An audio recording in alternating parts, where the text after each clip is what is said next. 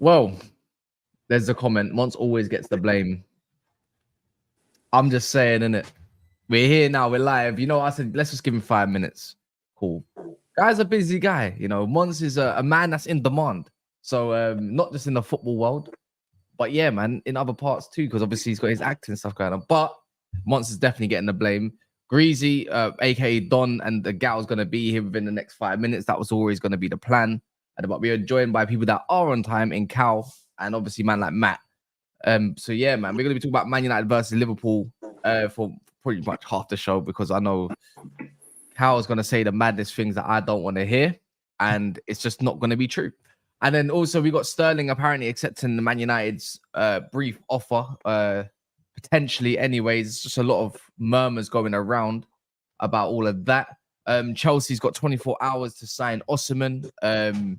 I've got a bit of a theory about that now as well. And then Arsenal exploring Kingsley Coman. No, he's a winger from Bayern. And that's got me... I don't know how to feel about that one, but it kind of just reminds me of Thiago to Liverpool, innit? I don't know about you lot, but it's just like how many games he's going to give you and how many great games he's going to give you out of all of those 10 games he might give you in one season. But yeah, man. What you lot saying? Not too bad. Not too bad. Might be getting a signing, innit? Nah, same. So I'm all good, man. I'm all good. I've come in, Coman news. I'm ready to talk, man. I'm looking forward to it. Looking forward to it still. How you? I ain't even spoken to you, but how you feel about your transfer window overall, though? Not good enough. Might get sent back in by tomorrow. I've been asked by Liverpool fans not to speak about transfers because whenever I do, it always goes pear-shaped. What I will say, if we do sign Kaiser, it's an excellent signing, especially for the price point. But it's still not enough. I'm here to win the Man City and Arsenal. I'm here to win the league, Champions Leagues. Signing Kaiser alone isn't enough. We know going into the window, we knew going into the window we needed at least one centre-back, one defensive-minded midfielder, and another winger. It looks as though we're sorting out the winger. Not sorting out a defensive-minded midfielder for the third year in a row, and the centre-back is beyond negligent to me. So, and I don't see how we close the gap with Arsenal and City, especially City, without those signings. Well, I don't know, man. What about you, Matt? How are you feeling about your window so far? One day, you know, we're probably going to go around and rate everyone's windows in separate videos and stuff like that. I'm pretty sure that's going to be the content from most people since we've got an international break coming up. But I just want to get a consensus for some people that I barely get to talk to, man. Yeah. Arsenal so far, for me, it's a 6 because, you know, like, I'm sure like you guys, you want your business done early. There's something nice about getting it early, getting out of the way, letting the players bed in and stuff like that. But we're here, final day of the window. But it's got that excitement in it, like where you're thinking, my club signing someone. So I'm at a 6 because I still think we need a forward. I think with San Marino, which is the Xhaka replacement or whatever you want to call it. Calafiori, again, that's the defender sorted. So I think we're literally a forward away from making an 8.5 window. And as you said earlier, Kingsley Coman is linked now. So listen, that's a big deal because that left wing, we've all seen it this season. Martinelli's not really cutting it. So if we can go and get someone like a Kingsley Coman, and he won't start all the games. And like you said, he can play across the both wings, so he can take out Saka some games, play Coman. So yeah, we're nearly there, man. 8.5. But I don't know, I'm looking at a goalkeeper now with signed as well for 20 million from Spain. I'm like, Arteta's loving this, you know, goalkeeper, defenders, and I'm glad you've done this, Matt, because we've done this for Chiesa, and the thing is, Chiesa got away with it in the end because the last 2 years he's missed something along the lines of minimal amounts of games. Kingsley Coman time though, and we're gonna start on the third. Oh my god, I'm not even gonna start, bro. Let's just start on the most recent page. 21-22. Oh, He God. suffered 1, 2, 3, 4, 5, 6, 7, 8, 8 separate injuries. They're not that bad. He had a minor knock, calf injury. Bless him, he had some heart problems. I didn't even know about that. He had a muscular problem. That was around Torn COVID, muscle isn't it? fiber. I think. Yeah. Then he got coronavirus. And then he got muscular problem and another muscular problem. 22, 23. He actually probably looking like his best year. Torn muscle fiber and a knock. 23, 24. Muscular problem. Torn muscle fiber. Knee medial ligament tear. Muscular problems. Adductor injury. Kept him out for 48 days. Are you ready? Oh, gosh. Are you ready? You know what's mad about Kingsley Coman? What I don't understand. Even after all these injuries, it's still like, I feel like he still hasn't slowed down. It's like, He doesn't. It's like he refuses. Do you know what I mean? It's true. But like Chiesa, it looks like his knee's been blown out. But you know, we'll talk about that on another separate time. But let's talk about Man United versus Liverpool on Sunday, Cal, man, because you know we spoke about this on the phone, innit? And if you don't know, people, I'm very confident. Actually, no, I'll actually say confident. I'm confident enough that Man United beat Liverpool 2-0 or 2-1. Usually Liverpool. The reason why I have to give the one is because Liverpool actually is always scoring at Old Trafford, even if it was a 3-2, whatever. Liverpool will always score anyways.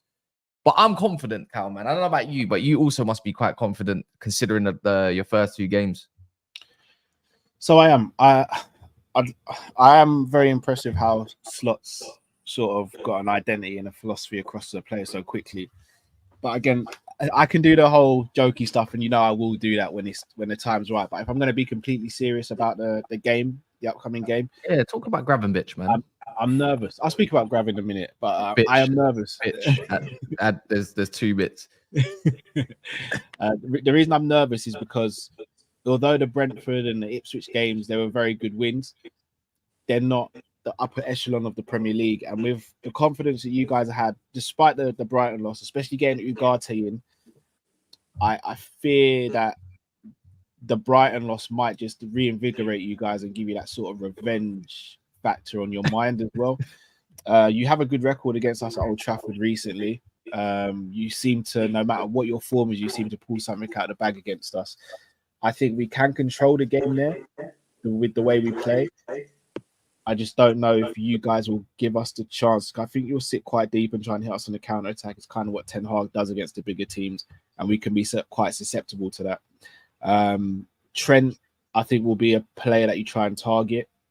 And I think in midfield, Gravenberch and McAllister, I think on the ball, they're fantastic. Off the ball, they still got quite a lot to learn, especially from a defensive standpoint. And I think if you can get someone like Bruno in between the lines, it could be quite difficult for us to pick him up and deal with him. But I'm not worried about the game, but I wouldn't say I'm confident either. Yeah, you know what? I did like your approach there. Now I have to talk more objective and be nice. Well, you guys gonna come on a high. Yeah. Like I was thinking, like, let me hear this, all this kind of stuff, yada yada yada. So now it's my time to be a little bit objective on Liverpool. See Liverpool, yeah. What I don't understand with Klopp. Big up, by the way, Gal. What I don't understand with all of that. Wait, can I hear feedback? You got headphones? Yeah. What I don't understand about that the whole thing on that is, even though I've seen your wings get exposed a little bit by 1v1's Ipswich, I think even Brentford on some counters they try to get down your wings. What I don't understand, it's like it's false. Like how do I put this? It's like it's allowed. Does that make sense? Like it's like, yeah, you can take us down our wings, but we're quite solid as a unit regardless. It kind of reminds you of Man United in the first season. It's like, cool, you can beat us down the wing, that's fine. Go do that. But I know that in the middle it's going to be secure. It's like it's allowed, like it's what's that thing called? Like a trap door in a way. Yeah, so Trent spoke about this recently. He said that defensively, players have to do a certain thing defensively or have to be a certain way defensively or else they just won't play.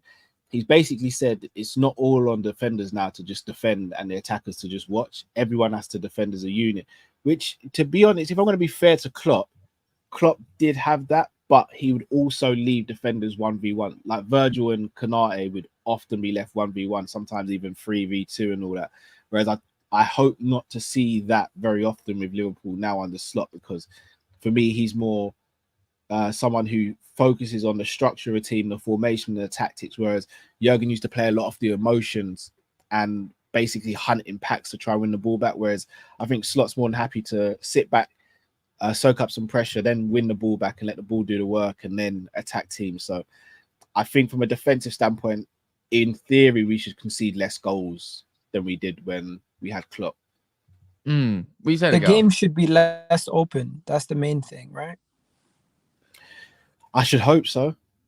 I'm getting old now, bro. I can't be doing the whole basketball, football like I was doing last season. Like, it took years off my life. Yeah. Can't do it. And you're gonna hold on to possession a lot more, so it relieves the pressure on the midfield. Yeah, I hear it. But you know what?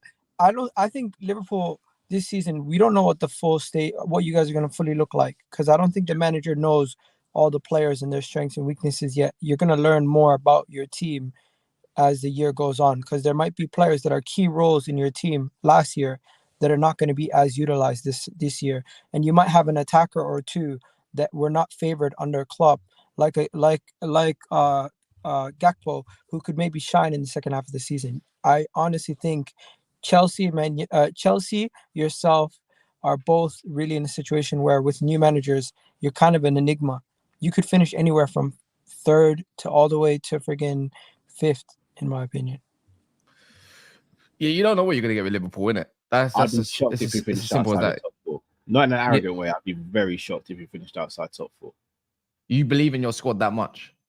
No, yeah, but also I believe in the manager as well. But also, just we shouldn't be finishing outside the top four. We've got a lot more stability and structure than the Chelsea, for example. I feel we've got a better squad than Aston Villa. Man United, I think, are more of the enigma, if I'm going to be honest, because Ten Hag's got to knock it out of the park. Chelsea, I mean, Chelsea, but there's no stability there. One week you're going to get a 6-2 win like they got, and then the other week they could lose 4-0 to someone. So I think Man United are enigma. Like Ten Hag's been there for 3 years or almost 3 seasons now, and 2 seasons and a bit. And for me, there's still no identity. There's no real standout philosophy there. So how long does he have? I think that's surrounded with Man United, because I actually quite like the squad for what I see at the moment. Not perfect, but there should be something that can be seen, evident. I think you have to go. This is why I say for the fan base, I'm telling you now, it could go very left if they lose, which we're not, on Sunday against Liverpool, and that's when it becomes toxic. That's when emergency streams start popping up.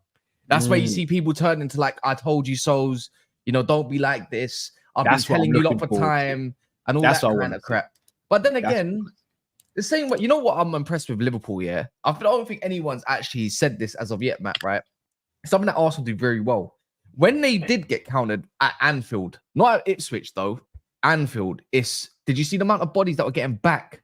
Yeah. And Burma and Vissa would break, and then I see Szoboszlai is fast, bro. I thought this guy was just normal, white guy just running. You got your 75 pace on FIFA. It's all good. This guy's got like 85 sprint speed or plus. Yeah, you know what I mean? He's gone, but it's the work rate to get back into shape and whatnot. And I think that's what Slot used to do with what's called Feyenoord as well. And he's kind of implementing that kind of fast, which has made United fans get pissed off more with Ten Hag, because it's like, wait, why is it taking you now in 2 games to work out as a simple 4-4-2 structure out of possession? Do you know what I mean? Like that. What do you think? But they have better players, so they should be able to get better performances out of those better players. Man United's problem has been quality. Yeah, no, but go on. Go on. No, I was going to say, I feel like you are right. I feel like Man United has taken a while for Ten Hag to get some type of style going. I think Slot, you can see there was that moment of playing. I'm sure Cal wanted it to go in the 1-2s. I said, what?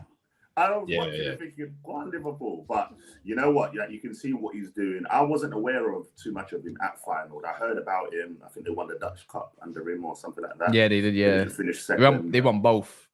Yeah, so I was impressed with that side of things. But you can see what he's implementing. You can see by everyone's saying they've got to sign this player, that player. Graham Birch has started well in the first 2 games. I don't know if that form will last the whole season. well, you know, it's a long season ahead. And I'm not going to call him what you call him, Kaz, but grab and bitch. Call it for what it is. Grab and bitch.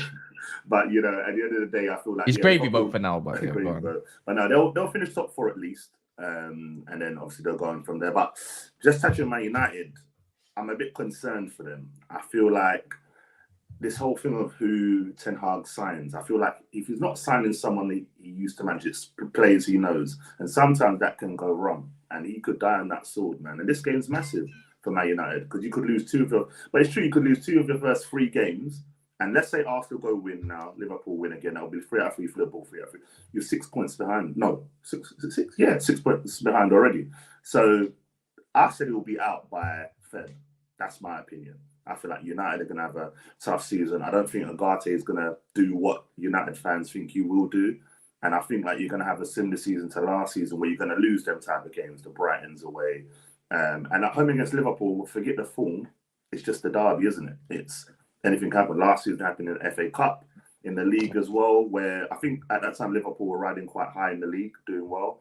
And obviously that knocked them off. So yeah, it's gonna be a good game. But yeah, I'm impressed with Liverpool. I don't like to say it because I'm pro Arsenal, as people know, but credit where it's due, innit? Yeah. See, this is where I don't subscribe to Liverpool. Right.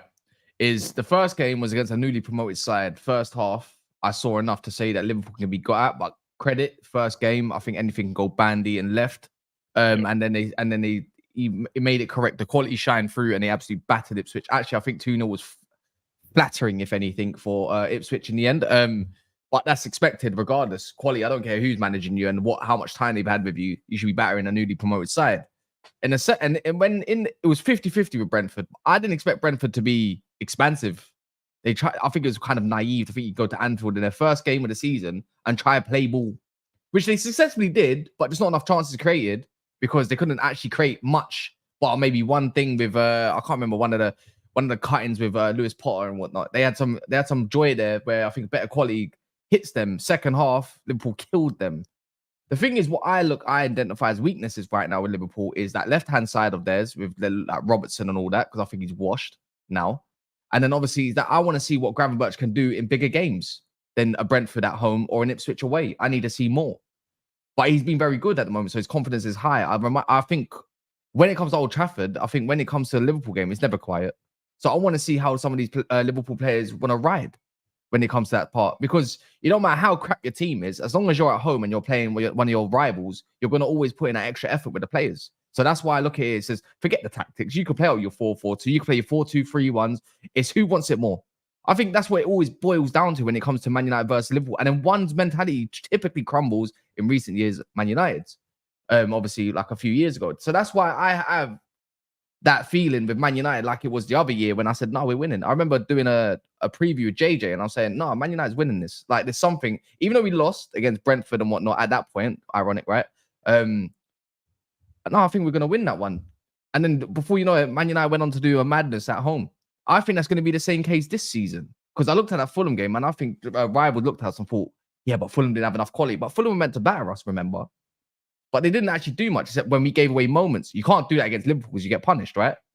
Yeah. But that's not like Liverpool can't be got at the same time. That's why I think like when Man United, because if Man United beat Brighton, everyone would have a different, even if it was 2-1 where let's say Garnacho scored that and Xerxes wasn't out of the way and Man United secured a 2-1 win, this whole conversation would be different because fans are fickle, in my opinion. You know, scorelines is what matters, but all of a sudden, the performance doesn't matter. Apparently, we got battered by Brighton, but Brighton didn't do much except moments. That's what we got killed for last year, by the way, because we only had moments and don't create enough.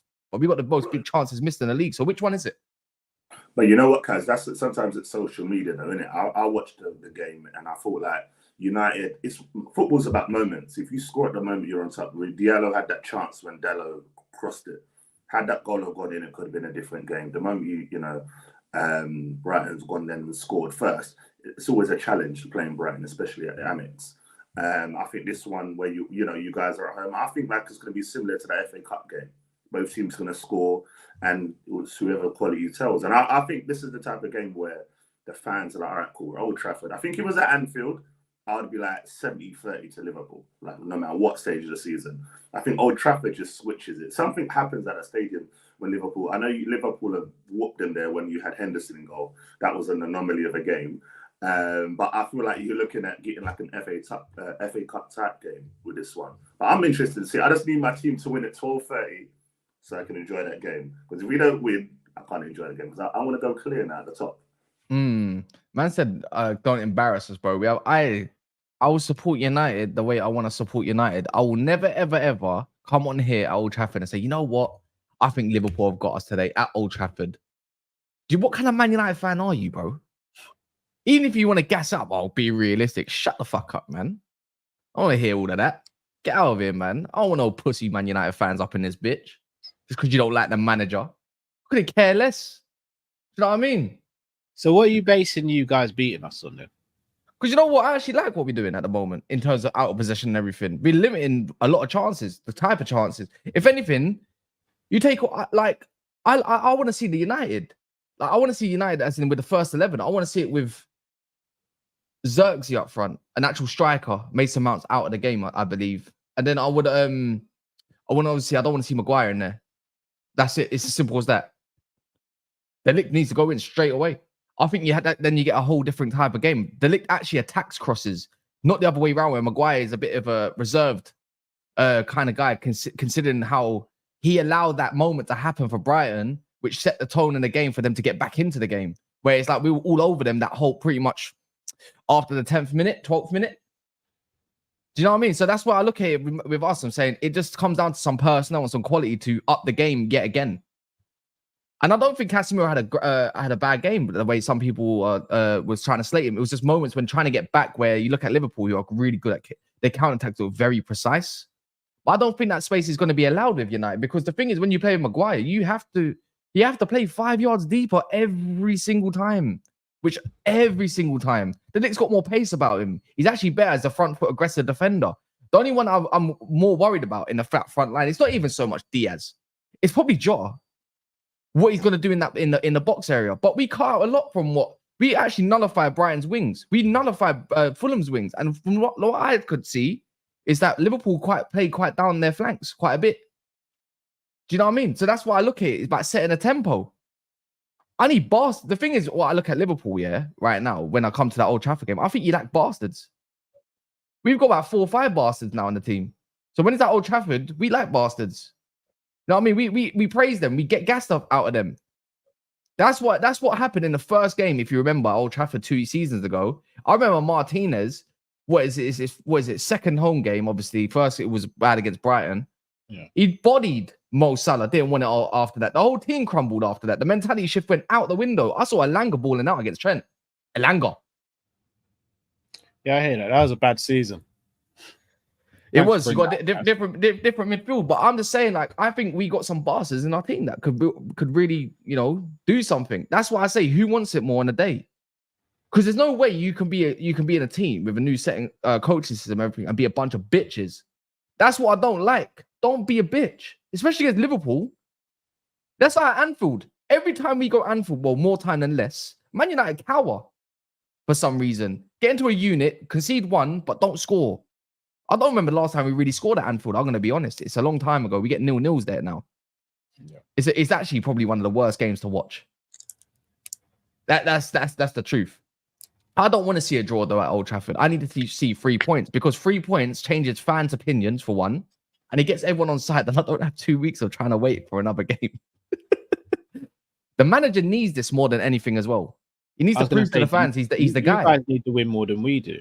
I believe so because if you lost, I don't think Liverpool fans look at Slot and saying you're crap.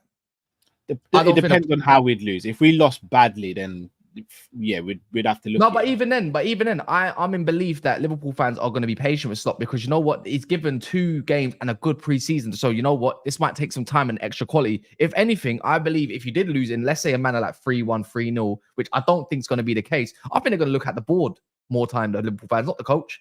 This is what happens when you don't give them a centre back. This is what happens when you don't give them a DM, a proper 6 or something along them lines, because that's how you're going to be viewing it. Why did you not go get a left back when there was like a plethora of left backs to go and acquire in the summer?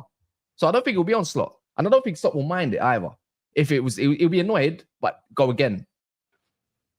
Does no one agree? Or wait, there's a bomber. Let me check. I agree with that. Go on. Yeah, go on.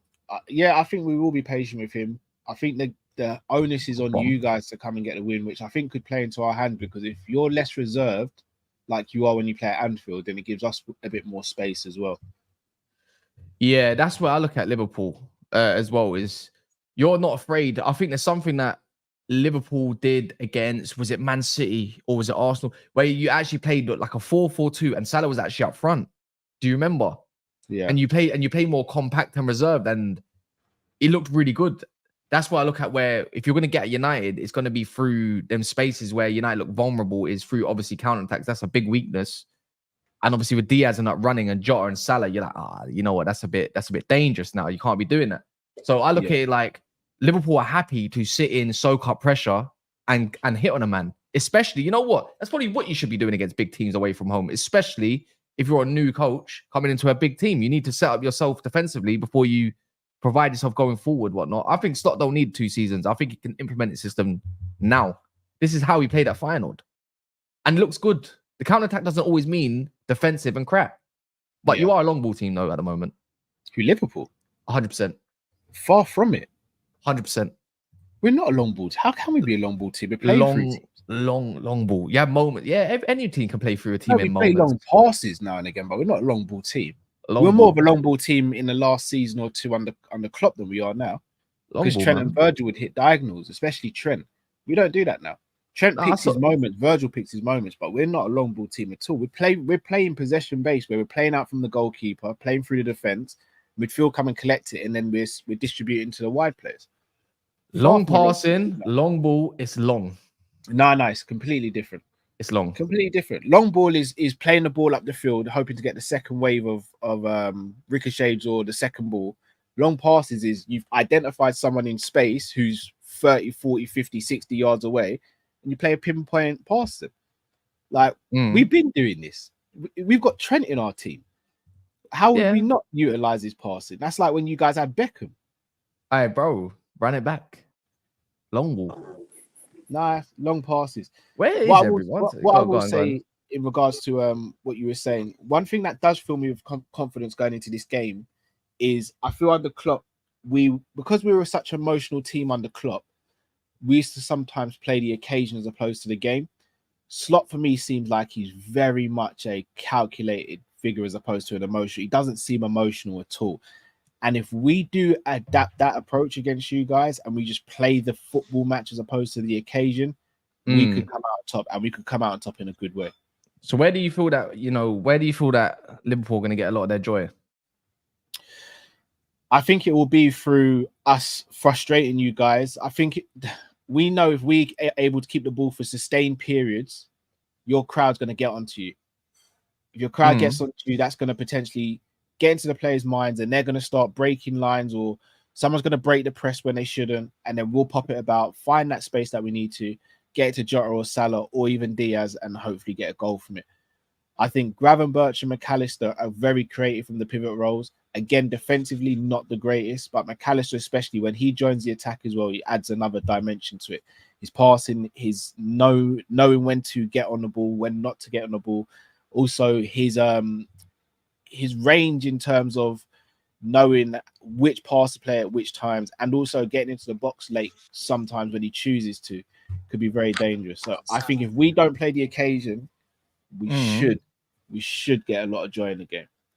Do you see? What do you think, Matt? Do you see United? What's your view on United? Do you feel like United could? Where do you feel like they're going to be the most dangerous? Do you know what it is? I feel like had United have won the Brighton game, you kind of you know what it is? You're Old Trafford, like Kyle said. It's more important you guys win. So I feel like the players are going to understand that, and I feel you guys are going to come out all guns blazing. As I said before, I feel like it's going to be that FA Cup type game. Liverpool are going to score. Liverpool have quality midfield. That McAllister, Gravenberch, if they assert themselves, they could dominate that midfield. But you need a big game from someone like a Casemiro. I think Kobe will turn up as he did the last time he played Liverpool. But I think it's going to be a great game. But I hear your prediction. You said a 2-1 maybe to Man United. Because again, as I said, it's at Old Trafford.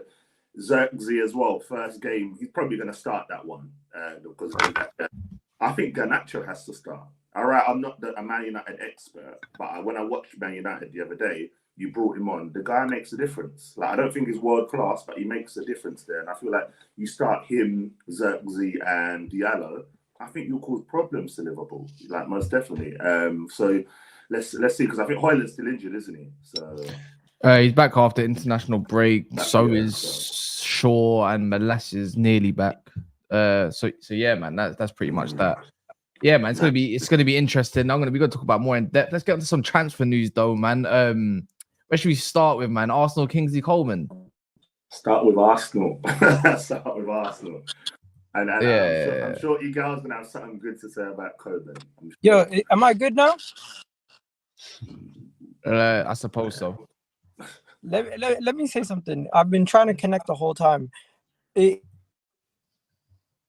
you guys already spoke about the Arsenal Brighton game, No, we're do not you guys talking about already speak Arsenal Brighton. about that? We're No, all we're about Kings of Coman. I'm talking about Coman, G. Hello? Okay. Is it just me, or is it just? It might be lagging. Yeah, he's lagging.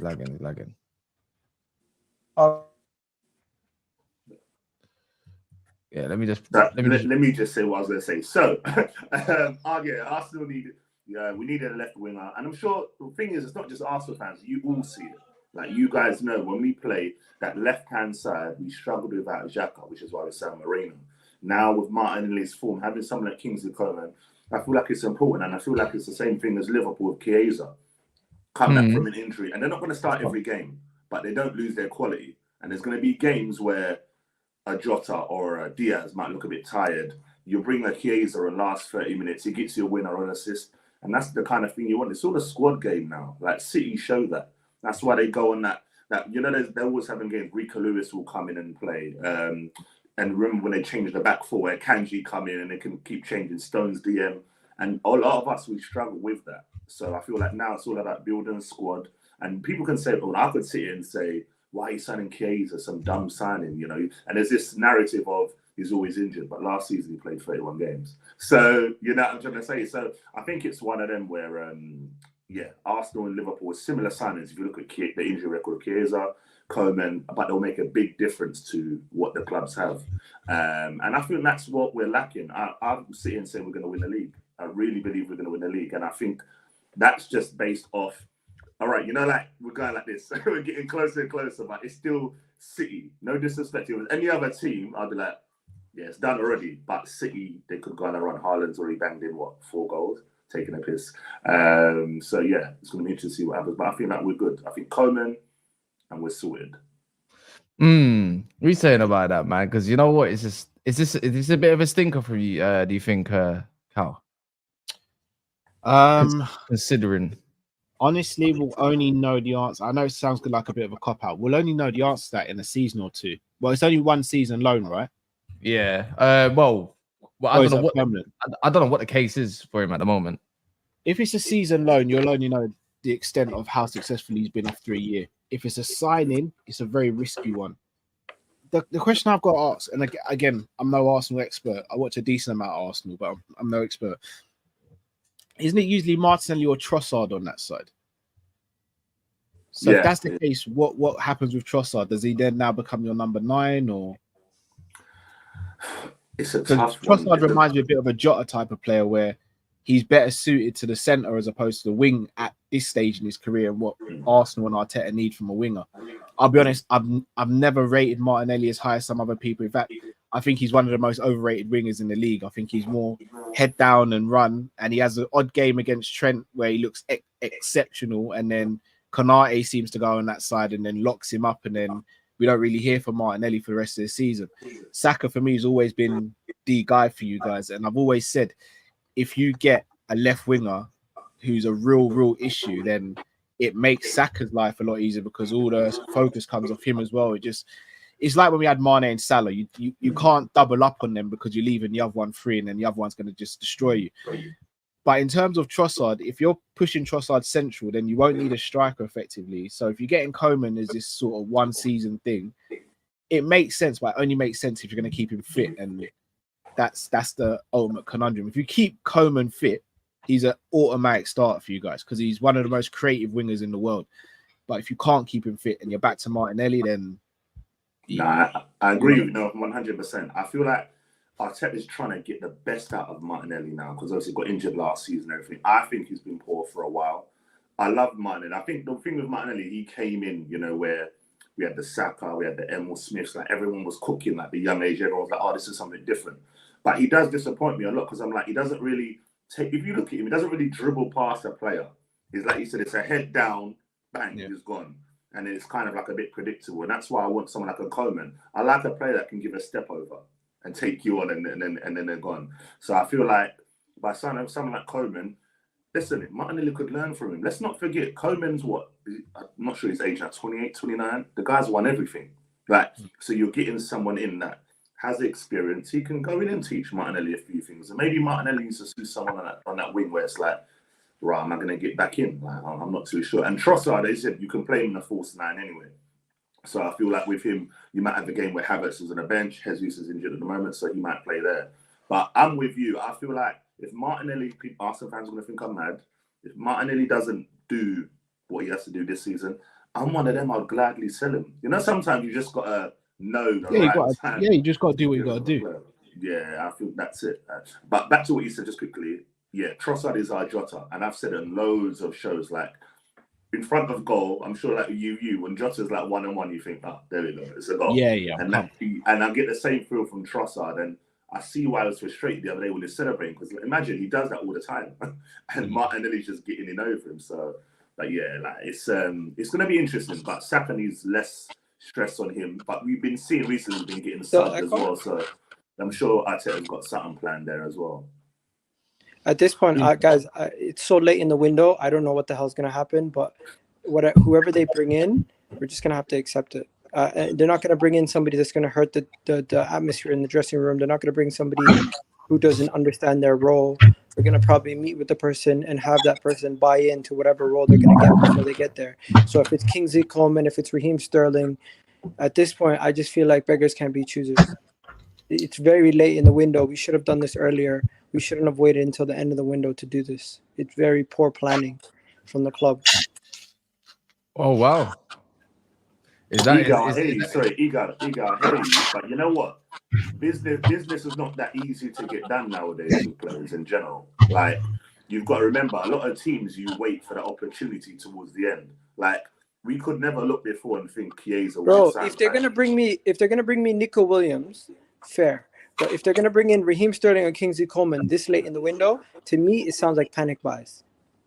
For me personally, I know what you said about Coman, but I think Coman would cook for us. But he's injury prone. Yeah, but there's a lot of players like that. You just got to manage them. Like I said about Chiesa. Chiesa's coming in with quality. We can't deny it. And he won't start every game. And these managers know, right, they've got a bad injury record. It's like Neto at Chelsea. If you can rotate them right, you've got a quality player. I know Kaz is scared of Coman anyway, you know what I mean? He did his thing at Old Trafford. Let's not forget as well. Champions League. I disagree. I actually think if Chiesa comes in and hits the ground running, I think he could become our left winger.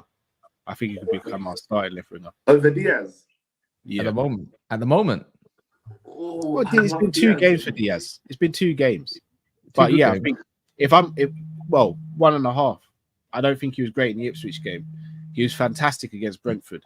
I'll be honest with you. If you're looking at more impact and over the course of a season, if Chiesa's fit, a fully fit Chiesa would be our best left winger. I think people forget what Chiesa was doing like 3 years ago. Yep.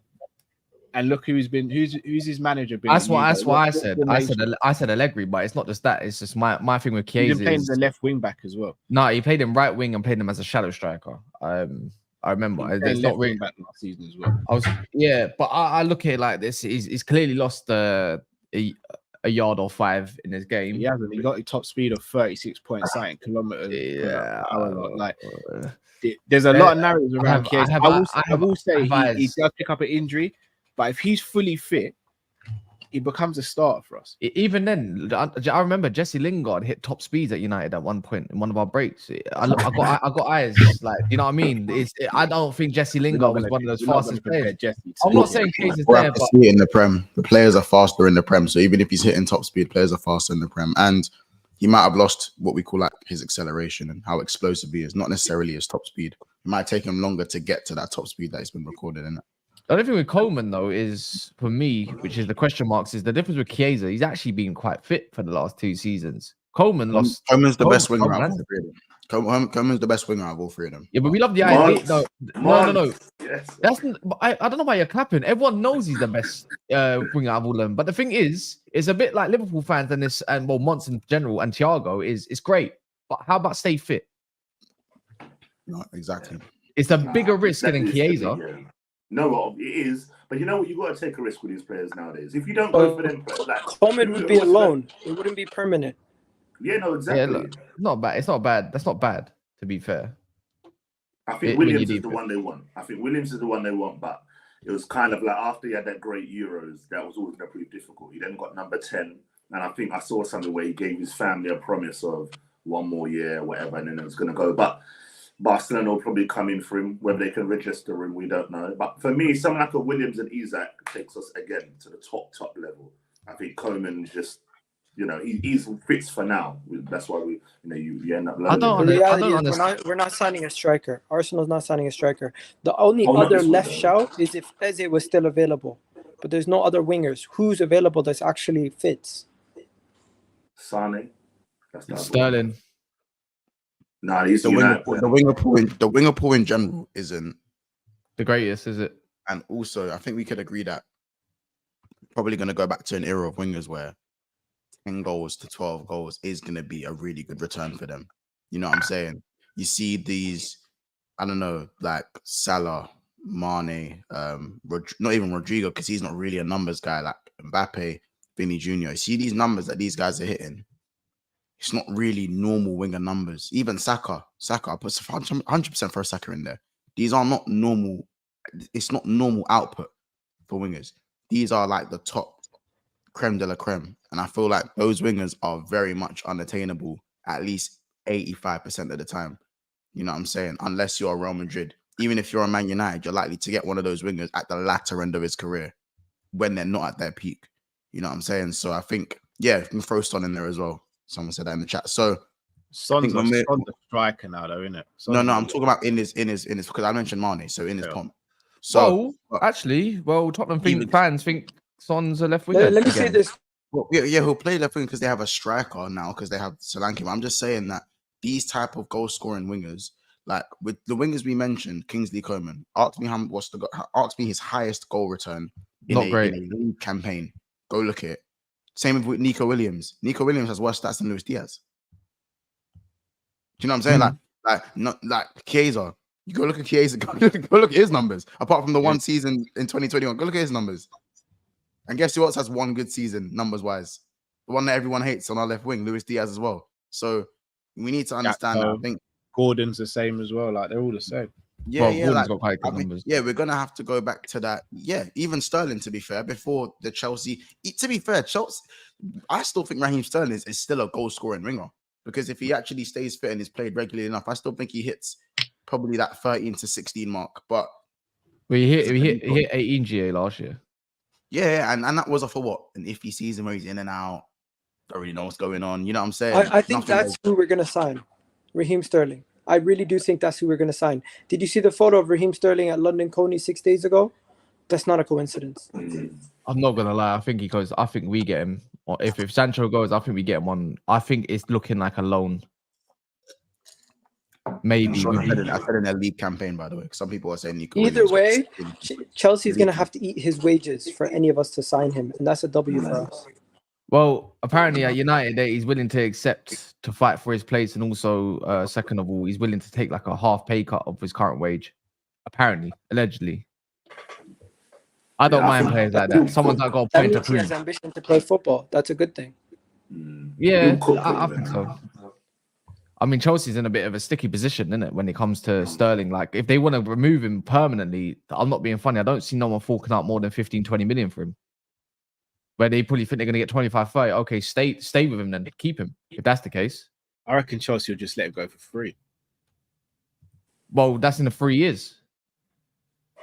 No, I wouldn't be surprised if they come to sort of agreement and just Pay him off? But then he wants a mad payout.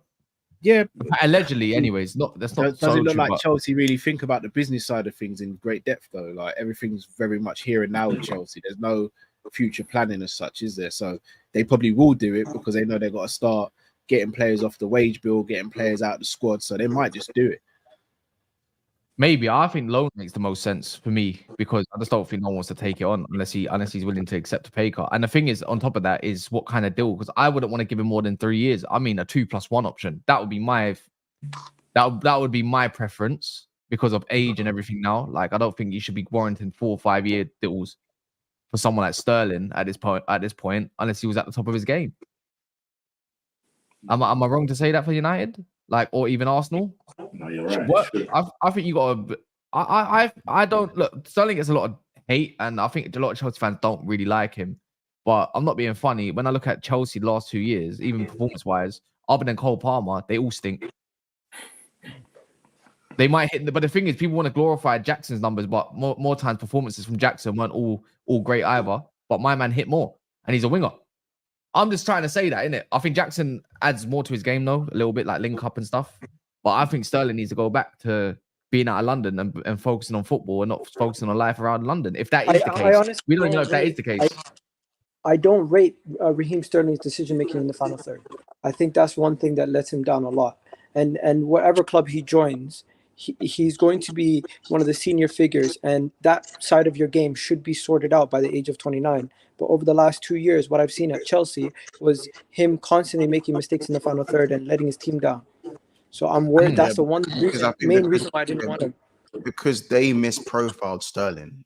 Sterling has never been the talisman at any club he's been at, apart from one season, which is him and Coutinho playing striker and second striker in 2015 or 2014-15 season. Kyle, you might have to correct me. I think it was 2014-15. 14-15. You know what I'm saying? So Sterling has never been an accomplished finisher. He's always been a volume finisher because his movement and his anticipation is that of a striker. He's got a striker's anticipation, but he still has a winger's finish, a typical winger's finishing ability. So the reason he still gets decent numbers at Chelsea, even though he misses so many chances, because that is Raheem Sterling. He's always been one of the best number twos.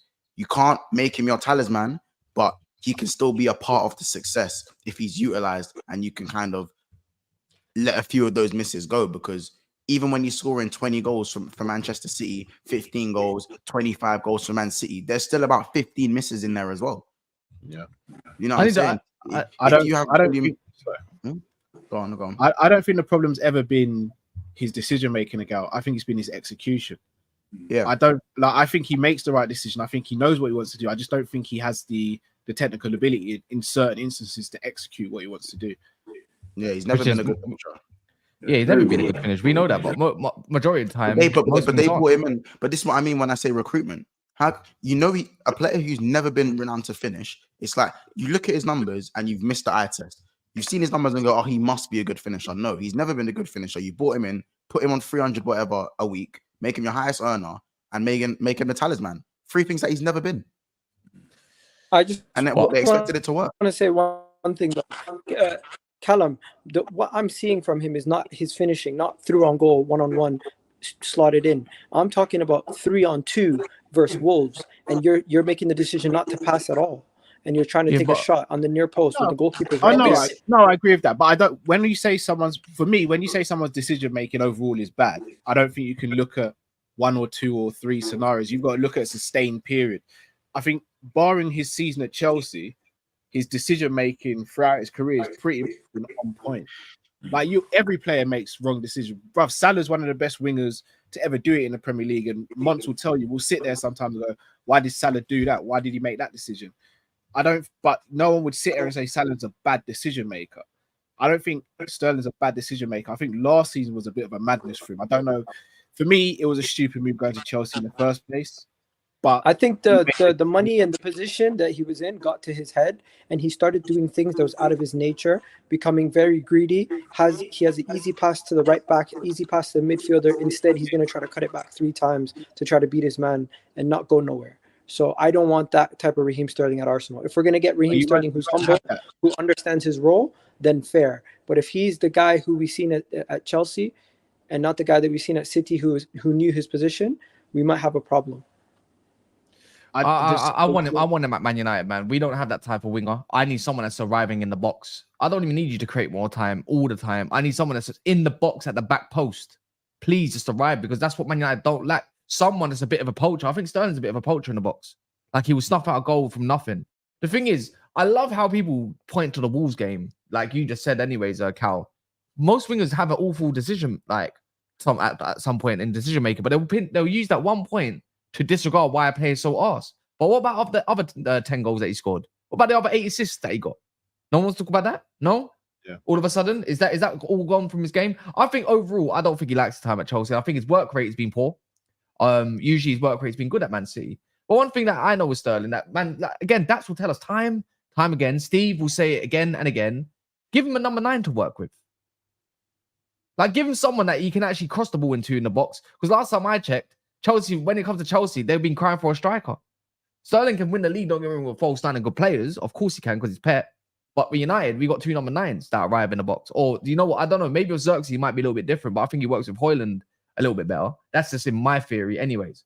I don't think he's the best Sterling that we're going to see ever again. But one thing I wouldn't mind him, especially if it's someone that's going to be available all the more time than less. And again, in the box. I don't think I'm not trying to overly gas him. I don't think he's going to be a well-beer, but it's just someone that I don't have at the moment. And one thing we love to talk about this summer is new buzzword profile. But is he? Aren't you worried about the age profile? Aren't you worried? I don't aren't care, you worried bro. about the age? Like, the guy's 29, coming to Man United. He's literally a stopgap. He's a stopgap.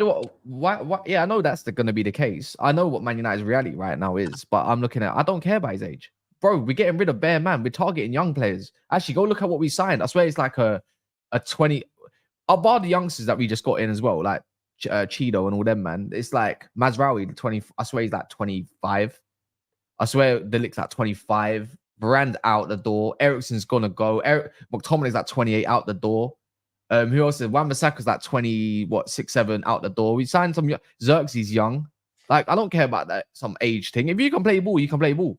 It's not like we're signing bare mad young, like people. Like, it's not like it's 33, 34, 35, like one of them Glazer signings in Cavani, Igalo, and all these, man.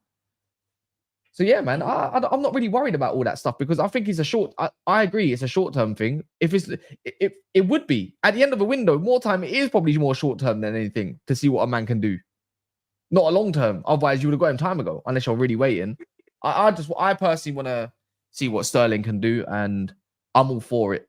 Especially if someone's got a point to prove as well. I don't think you can knock that. I think he gets a lot of unwarranted hate by media for certain things. He gets targeted. I saw a comment earlier. Why hasn't he been a good role model to the young players? I'm like, how do you know that?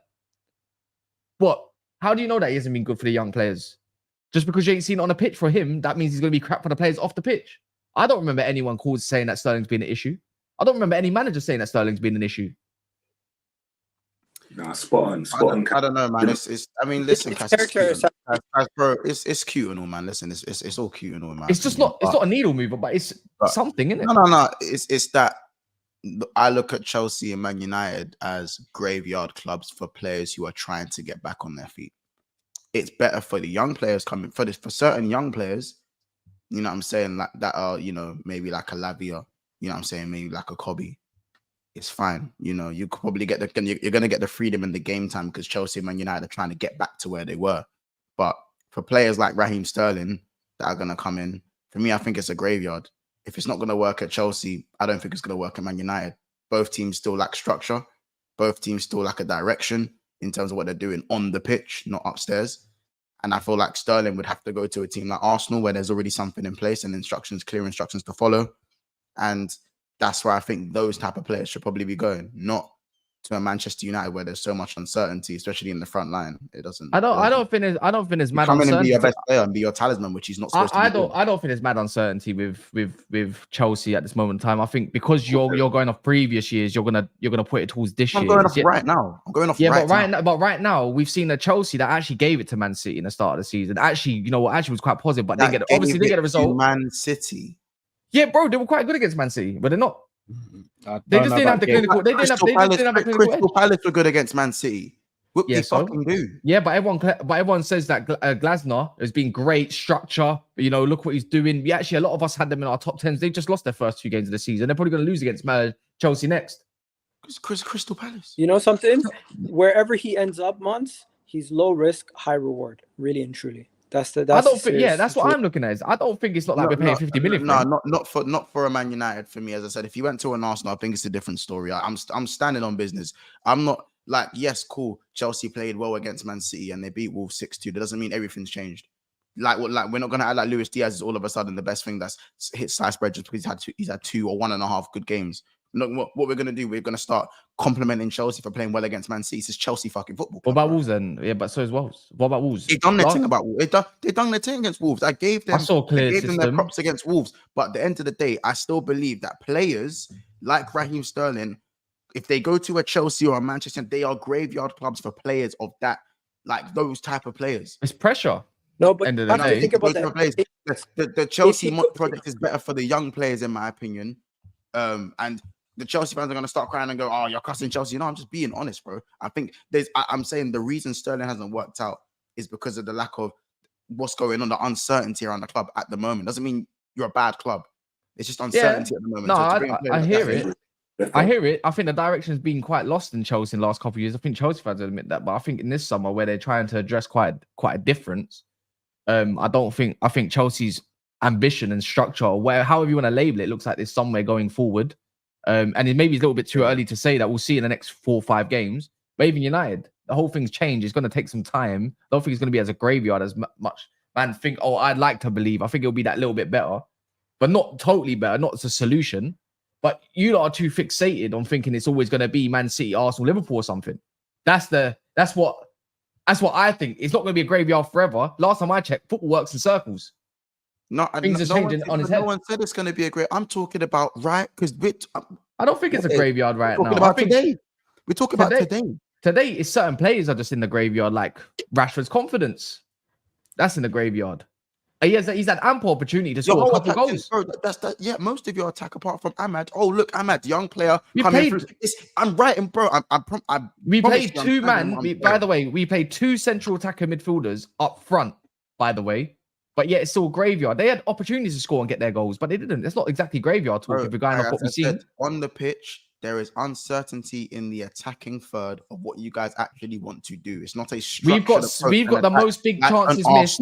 By the way, City. This is what Sterling has thrived under. This is what Sterling has thrived under. This is why I call that This is why I call that once. This is why I call that once. This is why once. Did you even watch Brighton, or was you too busy in Norway? Like the way I'm looking at it is like this. We've got the most big chances missed in the league, but last time I checked that we're not creating enough. So it's a graveyard. You said it's a graveyard. That's over 2 games though, Cass. Yeah, so what? But he said what we've seen. So what we've seen right now after match day 2, we've missed a lot of chances. Big chances at that. 6 of them big chances. A stat that everyone gets behind, by the way. After match day 2. Yeah, you said it's a graveyard. We created enough opportunity. We created a lot of opportunity. If anyone didn't create enough opportunity, maybe you should look at your own team sometimes. You know what? I don't need, bro. You just got clinical edge. We don't have clinical finish. I employ Darwin Núñez. No, you got Jota. And my best finisher isn't Jota. even fit all the time. Well, but he is now. But you've gassed your last 2 games, so I don't understand. Which one is it? That's my last. Yes, you have. Yes, you have. What have I gassed? Bro, we beat Ipswich and Brentford at home. If we didn't beat them both, I'd be disappointed. Oh my God, there we go, man. Let me run these. You know what? I just want to do the Sterling thing. I feel like with Raheem Sterling, the more you lot talk about, I do believe that he would have an impact at Arsenal. I get what Monts is saying though, Kaz, because I was having the same argument with one of my friends. I was like, if you look at the way Arsenal was set up and the way City is set up, you could put Sterling in that team and it would be effective. As you said, he's gone to Chelsea They expect him to be talisman. They paid him X amount, whatever it was. We expect him to be this person. But I even goes to Arsenal now. It's like, you know what? Your left wing, Martinelli, that position. There you go. Saka, Sterling on the wing. I feel like you're going to have a great Sterling. Not the Sterling of that did the thing at City, but you're going to have a very, very effective Raheem Sterling. And the more you talk about, I know I was gassing up Coman. Now suddenly I've changed my mind. I feel like someone like Raheem Sterling, Arsenal will be perfect. I think if they could sort out a deal where they're not paying too much money, I think it would be good. I still think other clubs would be good, but I get the structure bit. I do get it, because he would slot into Arsenal. There would be no like, you know, oh, can you play him here? You might have to float here. That's your role. You're playing there, Martinelli out, and that's it. So, I would go with that deal. I don't know, man. I think it's low. I think it's super low risk. You're getting rid of a player who don't want to be here and he's not wanted at United, and you're bringing in someone that can actually get minutes, and that means less minutes for Anthony out of all players, way less minutes than Anthony, and he sucks. If he joins Man United, Cass, like there's no guarantee. We both said that he'll probably be one of your better players, right? He might even be your best winger. Maybe he probably is your best winger coming in just on quality alone, right? Maybe Ahmad has a shout in the form that he's in. Cool. But bro, it's the same it's almost the same situation that he's coming at Chelsea. Was he not the best winger when he signed for Chelsea? Or on paper, looked like he was going to be the best winger when he signed? I think he's got different tools. You guys are going to slap him. I'm not saying you guys are going to put him on astronomical wages like they did. But it's almost like Sterling looks like he'll probably have to be the talisman upon bringing him in. Yes, if it doesn't work out, I'm not going to sit there and scream and go, oh my gosh, he's flopped. Because as you said, it's low risk. It's kind of a low risk signing last minute. But at the end of the day, bro, you know that placing him as like a talisman, I don't know, man. We've seen it. I don't think he comes into Man United to be the talisman. I don't think that's going to be the case. I think the talisman will always be, in the end, unfortunately, for someone that I don't like. Big up, Don. Yeah. Big up, man. What's all this? It's going to be Bruno, innit? It's going to be unfortunately, it's always going to be going through that. What's all this Sterling slander, bro? You're bringing a world-class player in his prime to the Mighty Devils. You know what I'm saying? I'm giving you a better deal than Jadon Sancho. You know what I'm saying? You are getting a fantastic footballer who's changed my life. He has changed my life. You know, Saudi's not ready for him. Old Trafford needs him, blood. You get me? I pray you lot get Sterling, you know, mothers. Sterling, I can't lie. Sterling is a slight improvement on what you have, but it's ours for us. That's what it is. Do you get what I'm trying to say? Like, there's not much improvement, bro. He said same with Jorginho and same with Jorginho and Havertz. The same with Jorginho and Havertz. No. Let's not do that. No. Hear what I'm saying? No. I'm on your side. Okay. You see what I'm saying? It's cussing Sterling. He leaves another team. Havertz left. Doing all right. You know what I'm saying? That's all. Listen, sometimes as well. Do you know what? Before Don comes back on, it's about sometimes you just need loving. Some players though, because Chelsea, I don't know how many managers since they've changed it. Was he there under Thomas Tuchel? Was it? No, I'm a buggy. Sterling's lived through like what, 4 managers? But that's what I'm saying. Sometimes it's same as Sancho though, isn't it? At United, sometimes that's the case with players, and they can't get comfortable. You know, he went to Dortmund, felt the love, he did what he did, and sometimes you need that. And I feel like Sterling, if he goes somewhere structured or whatever with a manager that shows him some love, I think it'll be good. Don will probably say something else because of how he's doing at Chelsea, but bro, for me, bro, he's just not the same player, bro. He's not the same player. He hasn't been the same player for a while. Like, one of the main things that I used to like about Sterling was the way he used to take on his man comfortably, right? Now it's very inconsistent, bro. And it's easy to dispossess him. Yeah, and he's not a technical baller either. So when the ball comes to him, it's grenade football most of the time, bro. That's what I kept saying last season. Our left-hand side was grenade football, and he was a big part of that. In front of goal, he can be selfish. There's multiple examples, Cass, yeah, of when he's in front of goal, he can just play it like what he did against Wolves. Christmas Eve, by the way, fucking ruined my Christmas, yeah? Instead of just playing it to Jackson and Palmer, my man tries to shoot. He did the same thing against Villa when we played Villa at home. Yeah, and Gusto got a red card. Right? There's a few examples of him doing it, bro. He's nearly 30 and he still plays like an 18-year-old. It doesn't make sense. You know what I'm saying? So, boy, good luck. Good luck. I think it's better than what you have. I think he starts for United, but Sterling going to United is a backwards move. And for me, I'm not looking at that and thinking, oh my gosh, I'm worried about United. A backwards move? It's a backwards move for United, bro. I don't think so. I think it's low risk, especially if it's just a loan. I wouldn't mind him, depending on what the deal is. especially if he's on something low. I don't know, man. But what you say for Osimhen, man? 24 hours. Well, that was said yes last night. Yeah. I don't get. You know what I don't get about this whole Osimhen stuff. Yeah, is Saudi has already put down 30 million per season for him. Yeah, but if you wanted money, then you would have accepted it and bought time ago. So Yeah, it's like exactly. he's waiting. It's like he's waiting for Chelsea to get the most money as much as possible that he can. I think he accepts whatever Chelsea's final offer is. Like, Bro. is it stupid to kind of say that? I get what he's trying to do, because if you wanted money, then you would have gone time ago. You're not going to compete with 30 million per year, by the way. Nowhere near. This is what I'm saying, bro. Like, he's obviously waiting around to see what we can offer him, innit? Like, right now we haven't got Champions League football, and the thing with our wages, they've dropped now. So when we're not in Champions League, it goes down by like 30%, I think. And a lot of our contracts are now incentive based as well, which is good, right? And for me, I want Osimhen to prove himself at the club first, and your money will go up, bro. You know what I'm trying to say? Look at Cole Palmer. Yeah, before we used to just pay people mad money because we're Chelsea. Cass, you've seen it for Man United, bro. You're paying Jadon Sancho 300 a week, 350k a week. What's he really done in football at that time? You know what I'm trying to say? To be getting over 350 a week, it was crazy. So I like what we're doing. Cap? What's your cap? Like, what's your cap? Bro, do you know what your cap is? I don't know what the cap is. What they've basically said is, for the right player, we will pay the money. But obviously, Osimhen's on 12 million a year or something like that, and it sounds like we're not trying to pay that.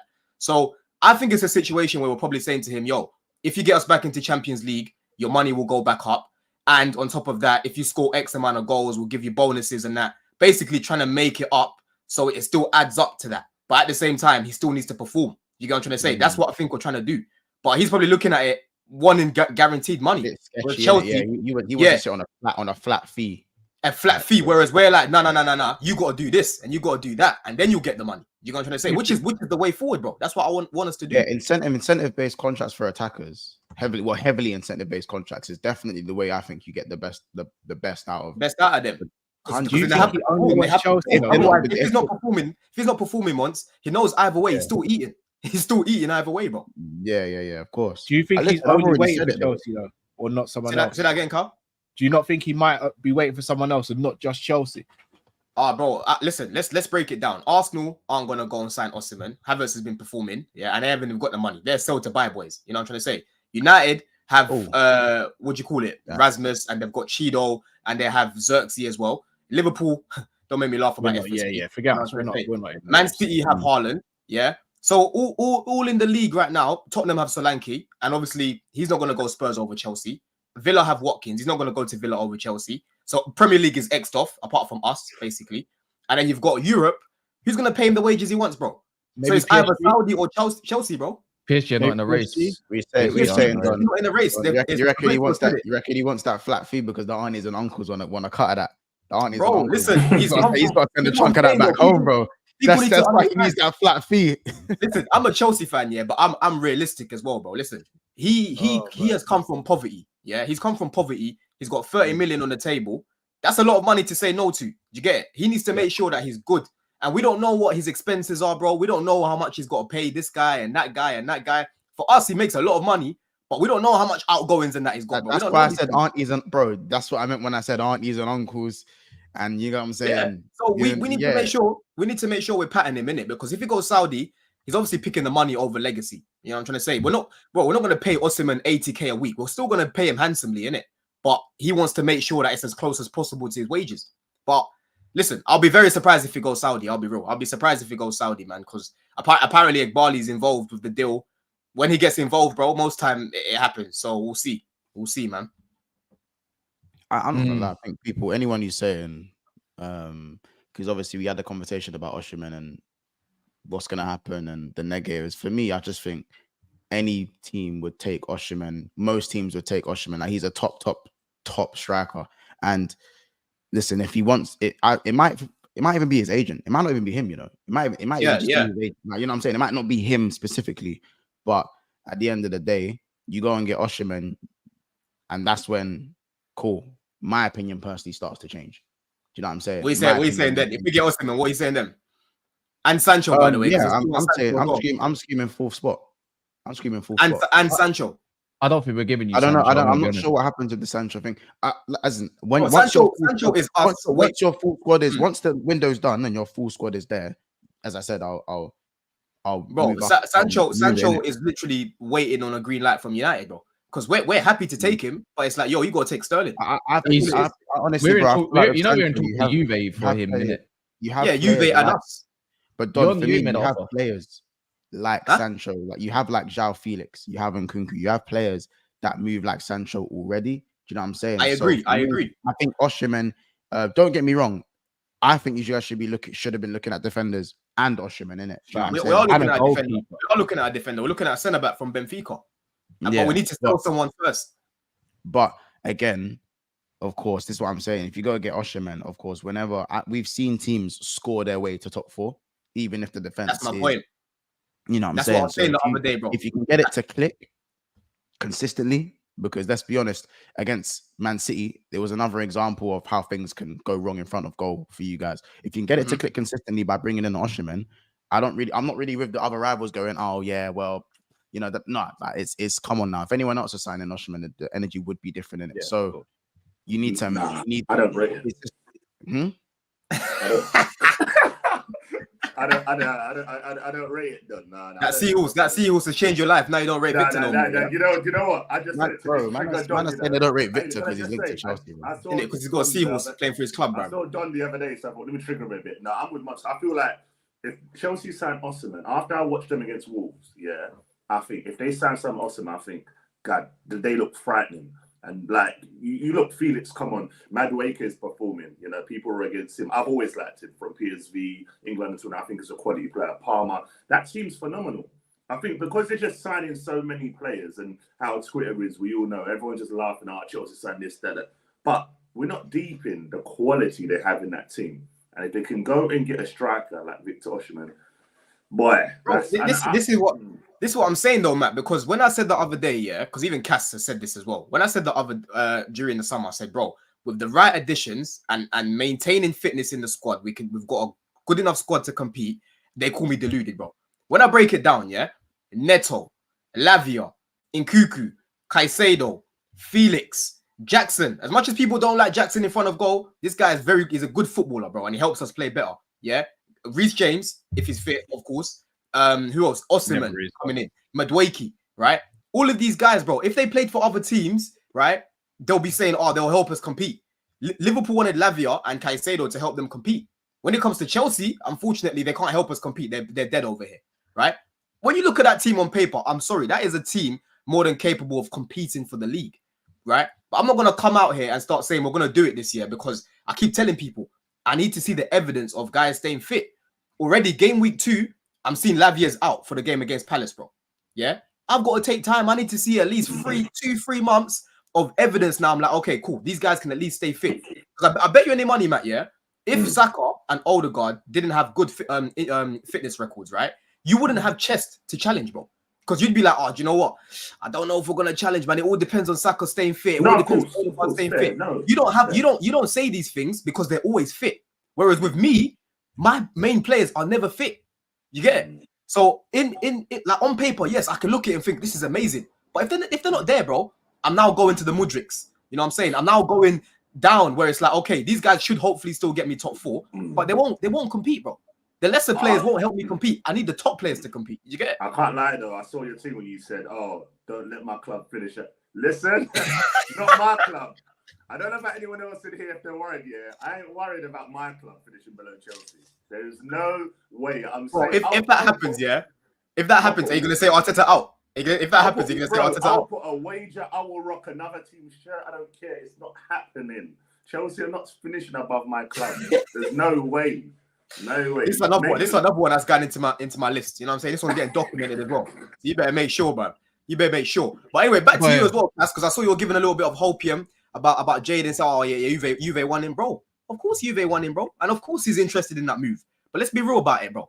He would be more interested in Chelsea. You know what I'm trying to say? He's not gonna say no to Juve. I can tell you firsthand he wants Juve. Like, of course he wants Juve. The thing is, I don't think he's going to a lovely country. He's going to a lovely country. He's playing for Thiago Motta. He's playing with some ballers. Bro, it's still an attractive proposition. But Chelsea, bro, I hear it, London, I you get me? understand. He's playing with more ballers. So A everything manager that knows him. so Hold on, just, let me tell you a few things, bro. A manager that knows him, yeah, bro. Terms with Sancho is not a problem. Who knows him? I didn't know him. The sticking point here is the fact that you lot need to give the green light on Sterling. If you give the green light on Sterling, I promise you he's coming Chelsea, bro. I promise you. All right, let's get one thing straight. One, your manager don't know him. Second of all, Maresca does know him. From what? What do you mean from what, bro? From where? He said it himself. I know Jaden very well. Yeah, but I'm pretty sure he's gassing the thing. I don't think he knows him. Man meant time ago, bro, like 5-6 years ago. The thing is, what I'm trying to say is, you ain't made the offer. I don't think you make the offer. You want him. It's as easy as that, and that's what we got off of right now. And what I'm going to tell you, putting Sancho into London, good luck, bro. We're waiting for you. We're waiting for you. Put him back into Kennington, good luck. Cass, listen. Just because it didn't work out for you, Manny boys, don't mean that it's not going to work out for us. He wants to play some tick-a-tacker, nice cage football. You know what I'm trying to say? He's not trying to play with a grenade launcher. He's not trying to play with a grenade launcher next to him in Bruno Fernandes. He plays it to him. He plays it to him, and he's just launching the grenade every single time. You know what I'm trying to say? Rasmus. No, let me finish cooking, bro. Rasmus trampoline touch every time he's trying to link up with him. Trampoline touch. Do you get it? Marcus Rashford spinning on the wing like Jermaine Jackson, because he even looks like Jermaine Jackson. You know what I'm trying to say? Don't get me started on your team, because I'll cook your team, bro. He wants to play with Felix. He wants to play with these sort of guys, bro. You know what I'm trying to say? Not your guys, yeah? Bro, so yeah, cool. He can come back to London. Let him have some fun in London. But guess what? Maresca will have him locked in. Maresca will have him locked in. Yeah, championship manager. But what's it called? If this is you cooking, this is olive oil. There's no higher burning point. Like, you know what I'm saying? Like, it's a bit wet. You're getting very jittery, bro. You're getting very jittery. Like, it's not bitter. It's just that Don, you're doing this thing where you overly gas it. I'm gonna say this now, yeah. I'm not overly gassing. I'm just saying, make sure it don't happen. When Sancho don't receive minutes because Neto is proving that he's better. When they don't get minutes because Madueke is a little bit more direct. When they don't get minutes because of said cases, because Nicholas Jackson can't play up front because Osimhen might be there, but he gets the left wing spot. I'm just gonna say this, innit? Just good luck in it, bro. The thing is, Mons was asking, where you gonna play him, bro? Good question. The facts of the matter is, in this team, if we start Neto left wing, which has been playing mainly since he's come back, since he's joined Chelsea, sorry. If you play Neto left wing, Palmer down the middle, Madueke on the right, that is a spot right there for Sancho to come off the bench or to start on the right, bro. Right? For me, his best time at Dortmund was when he played off the right. So he'll be an option for the right wing. Because we haven't actually got someone else that can play on that side. When you're getting countered, let's see how good his work rate is too. But this guy's opium, you know. No, let's see how good his work rate is, because it's crazy, bro. You're sweating, bro. I love it. Because I think Sancho's a great player. I actually know he's a wicked player. I actually want to see what he can do by giving a chance, by all means. But it's not happening. So reality's checked. I just think he's going to be I love the way Cass like pinpointed the Sterling factors and then just washed away the Sancho. No, because you know what it is. I know that was cool. That was. You know what Cass is getting jittery, stop moving in the chair, bro. You know stop moving in the chair, so you know you've got it. No, you know what it is. When you sit down for about an hour and 15 in a chair where it's got cushion and that, yeah, it's not the one. But I'm just gonna say this now, yeah. That the idea of Sancho is great. The reality of Sancho at the moment is not so great. And the thing is, right now, what I know for Sancho, I feel like he's going to be a great player, but in another league where it's a little bit more slow tempo and a little bit more suited towards what he can do. I think he can take on players, but I just think the intensity of the Prem is just not suited for him, innit? It's just one of those ones, especially when you're demanding 90 minutes, even though you can swap him out and stuff like that, if you've got the quality to do so. At least with Sterling, I'm gonna receive something back more time. Even if he has a crap game, there might be a moment where he might give me a goal or assist. If that is the case, which he has done for Chelsea, which he has done for Man City numerous of times. But with Sancho, there's no evidence at this moment of time to suggest that he's going to be great, even if he moves to a good team. Even at Dortmund, we're living off of 2 good Champions League games and 1 good Bundesliga game, one against PSV and the other one against PSG. Other than that, he didn't do much. The yellow wall wanted him out. He didn't do much. Are you crazy, bro? You don't see the numbers that he put up for Dortmund. He didn't offer. If they wanted him, they would have gone and grabbed him, but they didn't. But they're both, bro. They wanted Maatsen and they wanted Sancho. I'm just gonna say this. I just remember the time when the Dortmund fans were getting very, very annoyed at this guy week in, week out until we gave a good performance against PSG in it. But I'm not saying that he's gonna be crap or he'll be garbage forever and all this, because he's not. But the thing is, the idea is nice. The reality is always not the greatest when some players are just not suited to the league. It's as simple as that. And that's just my opinion. Even in the Man United shirt, whether it's dusty or not, even when we were doing quite good under Ten Hag in the first season, he showed me 2 good games and they weren't even above 7s. But that's what I'm going off of. He just might not be suited to where we are in it. And maybe he needs a bit of different, maybe he needs a different direction. He probably would work out for Chelsea. He might even start. But I just know, a guy who struggles with fitness more time to keep up for 90 minutes on the bench ain't going to do him good. But anyways. That's why it's good for us that we've got a big squad. You know, we can bring on the likes of Neto. We can bring on the likes of Felix. We can bring on the likes of Nkuku whilst you're bringing on Scott. You know what I'm saying? When Napoli, bro. The thing is, it's all great in theory, but you got to win to keep all these egos intact. So we'll see on that one anyways. And that's what we're trying to do. That's what we're trying to do, bro. You know what I'm saying? Join us on this journey. Welcome. I hope, maybe for his career, hopefully he does well in it. But putting him in London, I doubt that's going to do him any good. But let me just quickly run these. Can we bet on if Haaland will ever score in the final? Oh, you said about trampoline touch, but he worked with Haaland though. But I was going to say that, but I forgot. I don't know if Haaland's going to score in the final. Probably will. Sobs, once you say Chelsea don't have structure, elaborate. Can I do this one? They basically throw doo-doo at a wall and see what sticks. That's what you think. That's what you think. That's gonna keep it there for another half an hour, Cat, if we go into that, bro. Yeah, when I used to work in education, there's no such thing as a stupid question, but fair enough. There is no. We definitely have structure. There isn't, bro. There definitely is structure, bro. What do you mean? Because you're just signing until hopefully it clicks. That's not structure. Bro, we're signing a lot of attackers. We've signed a lot of attackers. Like I said to you, Sancho's not needed. He's not needed, right? But in terms of the structure of a setup, there's a setup there, bro. There's a proper structure. It's not Todd Bowley running about anymore. I was actually talking about for the sake of signing. I was actually talking signing for the sake of signing. We needed a winger. We needed a winger of proper quality that can start for us week in, week out. We got Neto, right? We're looking to bring in Osimhen because we needed a striker, right? We brought in Dewsbury Hall, we brought in Tosin, who's more experienced. You lot kept saying we're inexperienced. We brought in more experience. We brought in more height into the team. We brought in a set piece coach from Brentford into the team because we kept conceding set pieces. So where's the lack of structure? The fact that you keep on spending money with no clear direction. We can spend money. We make money, so we spend money. That's what we do. That doesn't mean that's what I mean. So there's no structure then.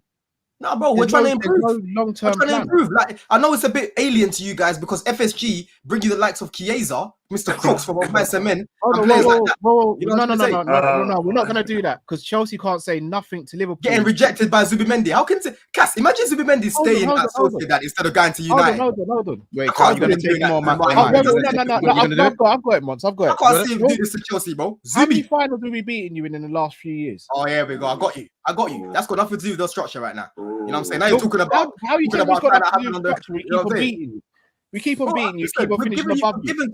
We're not in any danger of transfer bans or anything like that. We're not any danger of PSR or we're not trying to do love triangles with Aston Villa and Newcastle and all this. We've got structure.